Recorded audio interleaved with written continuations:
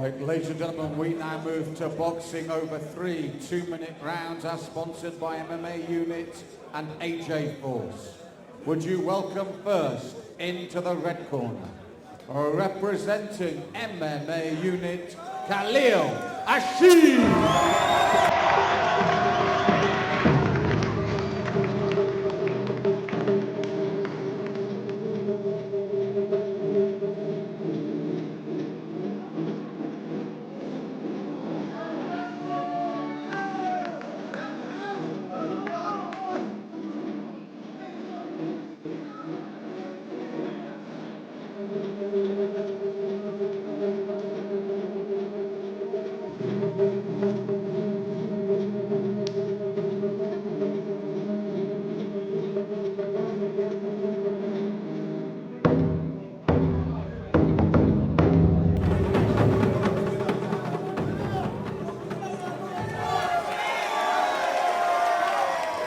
And would you welcome his opponent into the blue corner, representing Crescent MMA in Watford, Deontia, Griffith.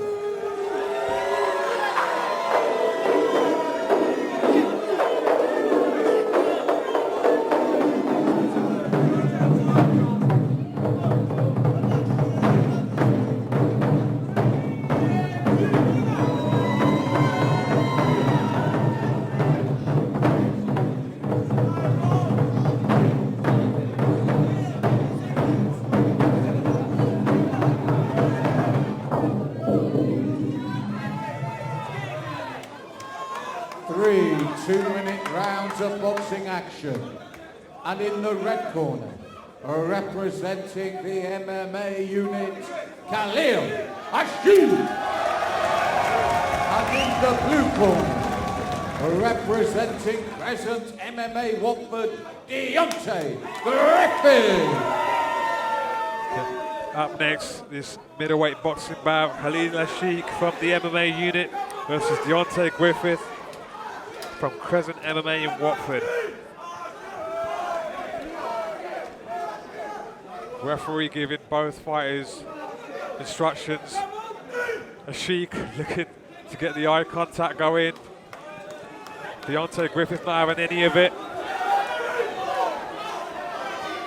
Khaleel being the local fighter, fighting out of MMA Unit, a lot of support here, and off we go.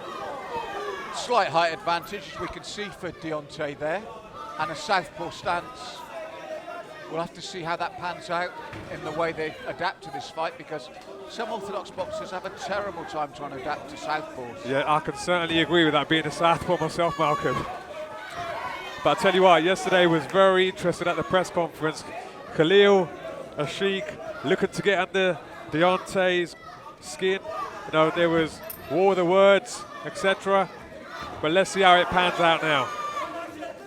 Well, you know, when you're orthodox versus southpaw, or the southpaw man versus the orthodox, foot placement is king in this bout. It certainly is. I mean, you saw Khaleel Ashique star in the first UMMA a year ago, where he took part in a boxing fight. He was victorious there. Very good at ducking under and throwing that hook, overhook. And he had a lot of success with it in his last fight, and he's looking for the same thing again. But when you duck under to throw that right this time, you're going into a southpaw's favoured hand. He's got to be so careful when he does it tonight. Yeah, he could certainly eat the uppercut or a hook as a counter himself from the southpaw fighter.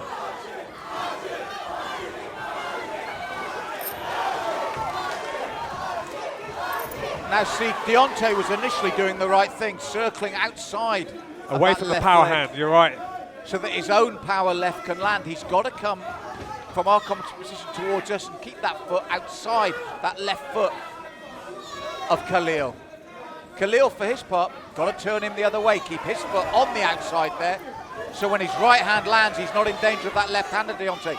It's a very precise game they've got to play. It is. I mean, like you said, you know, Southpaw Orthodox, you're always looking to get on the outside of your opponent, because you don't want to walk into that power hand, because that could be the end of the fight potentially. I think that was more of a trick more than anything in that last sequence of punches there. But so far, both fighters, your opinion? Not much between them, both figuring out the orthodox versus southpaw stance. And as you and I have seen many times before, when it seems like a grudge match, that turns into bragging rights, so now you've got to back it up. So that also, rather than abandon, leads often to caution. And I thought that was a quite cautious start from both men. There were moments across that 2 minutes, but when you've stood eye to eye, you've given it the large one, you've got to follow it up.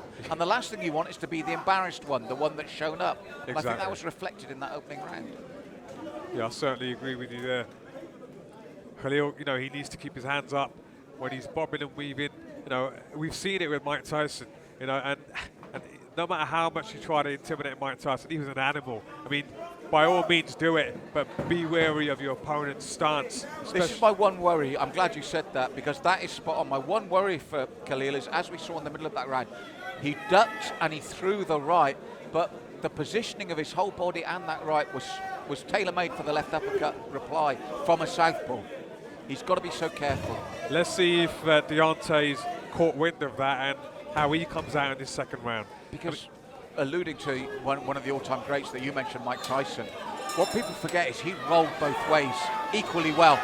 If it wasn't the left hook banging your ribs and head, it was the right. He could roll back and forward majestically. There's a hook there set up. The cross was set up from Deontia there, connected. There, you saw Deontia looking for the uppercut. Khaleel has got to be careful. When you're both square on, then it's just a coin toss. But before that, he's got to be careful, because Deontia is now looking for that left uppercut. I've been saying that he's eating a cross and an uppercut, but you know he's straight back into it. He's not backing up. You know, as much as aggressive, you know, Khaleel looks, you know, he's used to it now. You know, he keeps stepping forward. Does Deontia? I think his corner's probably told him, look, he comes in, he ducks, he goes to throw the right bomb, catch him first with the uppercut. That said, the bolo right punch is a nice alternative, because you don't have to duck. You can come in, throw it like the cricketer, set it up with the left. Now there, he ducked the other way. That's right. That's exactly You're what needs to asking happen. questions now. You ducked the other way. He was expecting the right. He shot beautifully to the left-hand side. That's better from Khaleel. He needs to keep, you know, Khaleel needs to keep his hands up, because he's dropping them even when he's ducking. And he's caught across there from Deontia. I think Deontia's keeping his man there against the cage. He doesn't want to keep him, let him off the hook. Well, what he's doing with Khaleel, he's staying in the pocket. He's staying calm, he's smiling, he's trying to out-psych him here. But what I want to see Khaleel do is roll the other way again, because suddenly, see, he's going into the left hand now. That's why Deontia's growing in confidence. When he rolled outside the right, Deontia was shocked. I mean, just there, you saw Khaleel, you know, went for the left hook, you know, he ducked right and he tried to throw the overhand. But again now, you know, he's doing exactly the same thing. He's getting caught there by Deontia. What Deontia was doing there at the end of the round was very simple. As you said, he caught him, stepped back out of the line, waited till he moved again, caught him again. That last 20 seconds, he was landing those hooks and uppercuts without getting hit back. The only time he was in trouble was when Khaleel rolled the other way. But he's rolling to type. He's rolling like he would against a normal orthodox fighter like himself. Yeah. And we said earlier, didn't we, that when you're under pressure, you can't help it. It takes a great fighter not to revert to type. He's rolling to that right all the time, and Deontia goes, that's perfect for me. Yeah, I mean, he doesn't want to roll into that cross or hook, because you know, it's dangerous, especially when you're turning into that punch. You know, how many times have we seen it where it's not necessarily the punch that's landed, it's the actual fighter who's actually walked into the punch. Exactly, you've doubled the impact, you've made that impact more itself, you're open because you're in full flow, and that's the other thing. There's no protection of the chin because he's committed totally to the right, committed totally to it. Interesting, they're coming into this third and final round now. Let's see, I mean, I don't know, for some reason, I think Khaleel seems a little tired up here. I think he gets a little put off when Deontia stands his ground. You know, and the ducking and the bobbing and weaving isn't working as such, because he's eating punches himself now. But let's see if you can change tactics there and take this win. Well, he's looking for that left and right. He's just looking to rough him up. And just looking to come in full of aggression and throwing those big hooks. But look at the upper body movement of Deontia. He's the calmer, more confident fighter at the moment, which I think you're right, Khaleel's rattled a bit. Yeah, Khalil's trying to bully him. He's almost lunging, walking into it. There's no footwork. It's all going out the window, and if he gets caught square, you know, it could be all over. Well, you're right. He's square, he's holding, he's walking on straight. His discipline has gone at the beginning of this third round. And you can bully someone, but you can bully them coldly and calculating. Nice hook to the body there from Khaleel. He needs to get composed again, get back behind the boxing and hurtful, because Deontia hasn't changed. He's stayed composed and he stays nice and upright and waits for Khaleel to duck. And he's just bursting to let that left hand go as Khaleel ducks. And even with Deontia, he's striking, even stepping backwards. So he's doing all the right things. He's using that height advantage. He's moving his head. He's trying to lure Khaleel on now. He likes to be the counter striker, because, as you said, he wants to double that impact, make it easier for himself, catch Khaleel on the way in. Big cross there from Deontia. He's rarely initiating, look, he's responding.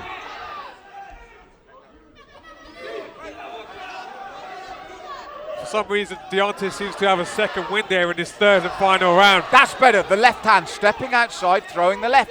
It's every time he's caught Deontia, it's by boxing against type. Deontia is dropping his hands when he's attacking himself, and that could cost him. Oh, I think he's got very confident now. You can see his demeanour and his look. And as you said, it could cost him, because Khaleel, they're powerful if he lands. But for me, it just shows how confident Deontia felt in that third and final round. Yeah, certainly exciting bout there here on UMMA 2. This middleweight boxing bout, Khaleel Ashique versus Deontia Griffith. And it's still close, Sheed. It's still close. It is. It's going to be a hard one to call, this one. We're going to have to leave it in the judges' hands. They both had moments, and although Deontia's body language and demeanour was more confident second and third, Khaleel was still landing. You mentioned nice body hooks, nice shots to the body. When he switched to the left hand and stepping outside, catching him totally against the run of play, this could still have a sting in the tail. Great effort there by both boxers. The typical brawler against a southpaw boxer making his UMMA debut here today. Always great to have exciting boxing bouts on.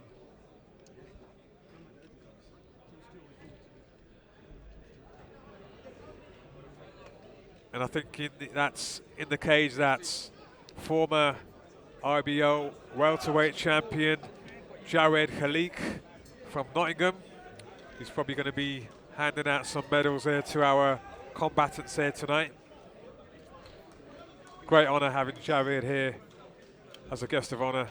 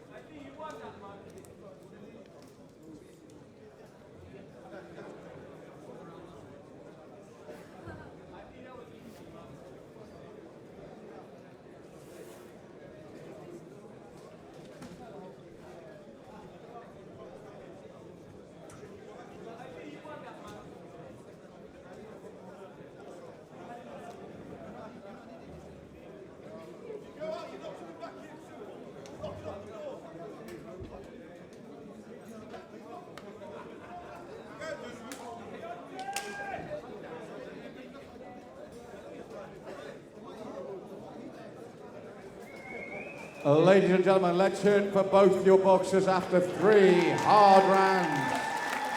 And they have taken us to a majority decision in favour of the blue corner, Deontia Griffith. Well, there you have it. And to present the medals, Jared Khaleel, our first ever Asian boxing world champion.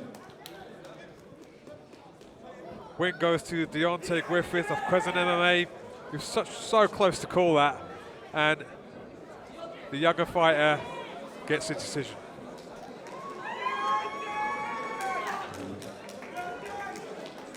Show some appreciation for both fighters, please.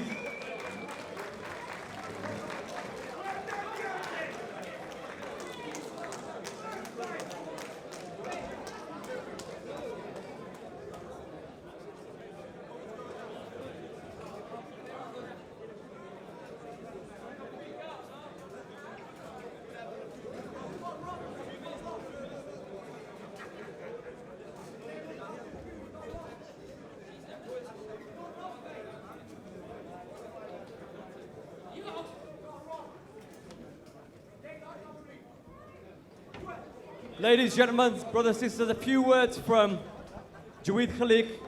Some of you won't know he's actually Britain's first boxer of Pakistani heritage to win a world title back in the year 2000.